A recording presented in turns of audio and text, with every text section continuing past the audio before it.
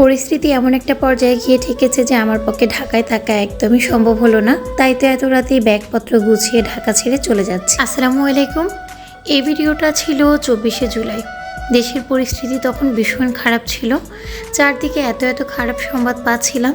মনটা তো ভীষণ খারাপ ছিল, তার সাথে শরীরটাও অনেক খারাপ। টানা 2-3 দিন ডাক্তারের কাছে দৌড়াদৌড়ি করার পর ডাক্তার আমাকে জানালো যে আমার এখন প্রচুর পরিমাণে বিশ্রামের প্রয়োজন, সেই সাথে আমি যেন কোনো রকম চিন্তা না করি।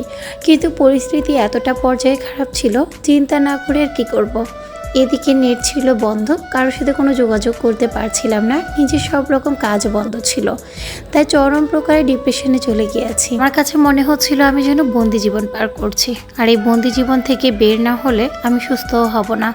তাই ভাবলাম যে পরিবারের সবার সাথে হয়তো সময় কাটালে ভালো লাগবে। তার উদ্দেশ্যেই নোয়াখালীর জন্য রওনা হওয়া। যেই চিন্তা সেই কাজ। সঙ্গে সঙ্গে আপনাদের ভাইয়াকে বললাম যে করেই হোক আমার জন্য একটা গাড়ি ম্যানেজ করতে হবে, আমি নোয়াখালী যেতে চাই। দেশের পরিস্থিতি যেহেতু খারাপ ছিল, কোনো গাড়ি পাওয়া যায়নি। তারপরে অনেক কষ্টের পর সারাদিন চেষ্টা করার পর রাত 9:30 নাগাদ আমরা একটা গাড়ি ঠিক করতে পেরেছি। আর এই তো যাওয়ার সময় আমার বাসায় এত পরিমাণে তেলাপোকা হয়েছে যে আমি চারদিকে তেলাপোকার ওষুধ ছড়িয়ে যাচ্ছিলাম, আর এইভাবে বাসাটাকে এলোমেলো করে রেখে যাচ্ছি।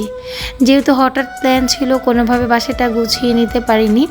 যখন আমরা গাড়িটা ঠিক করলাম, গাড়ি ড্রাইভার যখন বলেছে যে উনি এখনই আসবে, তখনই আমরা তাৎক্ষণিক রেডি হয়ে গিয়েছি। প্রতিবার বাবার বাড়ি যেতে অনেক বেশি খুশি মনে যায়, তবে এবার একদমই মন খুশি ছিল না। পুরোটা ভয় আতঙ্ক নিয়ে নোয়াখালীর উদ্দেশ্যে রওনা হচ্ছি। দেশে যেহেতু তখনও কারফিউ চলমান ছিল, সেই কারফিউর মধ্যেই আমরা বের হয়ে যাচ্ছি। মনের মধ্যে অজানা এক ভয় কাজ করছিল, না জানি রাস্তায় কোনো সমস্যা হয়, কিন্তু কিছুই করার ছিল না। আমি যদি আজকে ঢাকা থেকে না বের হতাম, আমার মনে হয় আমি দম বন্ধ হয়ে মারা যেতাম। এতটা পরিমাণে খারাপ সময় আমি কাটিয়েছিলাম এই কয়েকটা দিন।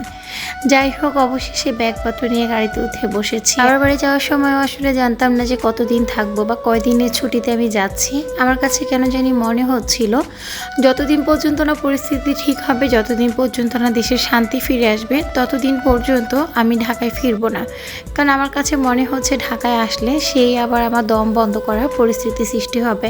আর তখনও জানতাম না যে এত তাড়াতাড়ি আমাদের দেশটা স্বাধীন হয়ে যাবে, আমাদের ছাত্র সমাজ এত তাড়াতাড়ি আমাদেরকে এত সুন্দর সুস্থ একটা জীবন দিতে পারবে। আমার কাছে বারবার মনে হচ্ছিল না জানি কতদিনের জন্য যাচ্ছি, না জানি কতদিন আমার সংসারটা ছেড়ে থাকতে হবে। দেশের এই পরিস্থিতিতে যদি না বের হতাম, তাহলে বুঝতাম না আমাদের দেশ আসলে কতটা পরিমাণ আতঙ্কিত ছিল, দেশের প্রত্যেকটা মানুষ কতটা ভয়ে ছিল। এই যে রাত 9টার ঢাকা দেখছেন, এই ঢাকা যেন অন্য এক ঢাকা। পুরো রাস্তা বন্ধ, শুধুমাত্র একটা লেন গাড়ি চলাচল করছে। আমরা প্রায় আধা ঘন্টা ঘুরেছি, যে রাস্তা দিয়েই বের হতে চেষ্টা করেছি সেটাই সেনাবাহিনীদের দখলে ছিল এবং তারা আমাদের গাড়ি ঘুরিয়ে দিয়েছিল। এখানে যাওয়া যাবে না, ওখান দিয়ে যাওয়া যাবে না, ওই রাস্তা বন্ধ। এমন করে প্রায় 1 ঘন্টা পুরো ঢাকা থেকে আমাদের বের হতে সময় লেগেছে। যাই হোক, আমার লাইফে প্রথম আমি এত আইন শৃঙ্খলা বাহিনী এত কাছ থেকে দেখেছি। এটা রাস্তার মোড়ে এত পরিমাণে সেনাবাহিনী দাঁড়িয়েছিল। আমার মনে হয় কমে হলেও 300-400 সেনাবাহিনী আমরা অতিক্রম করে অবশেষে ঢাকা থেকে বের হতে পেরেছি। কুমিল্লাতে আসার পর দেখলাম যে সব হোটেল বা খাবার দোকানগুলো বন্ধ, তাই হালকা পাতলা কিছু রাস্তার ধারে খেয়ে নিচ্ছি। সব কিছুই কিন্তু একদম নির্জন ছিল। আর কুমিল্লা থেকে আমাদের নোয়াখালী যেতে খুব বেশিক্ষণ সময় লাগেনি। তো আমরা কিন্তু সুন্দরভাবে সুস্থভাবে নোয়াখালীতে ফিরে গিয়েছি রাত ঠিক 2:30 বাজে। আর ইনশাল্লাহ কালকে থেকে আমার বাবার বাড়ির ভিডিওগুলো আপনাদের সাথে শেয়ার করব। ভালো থাকবেন, আল্লাহ হাফিজ।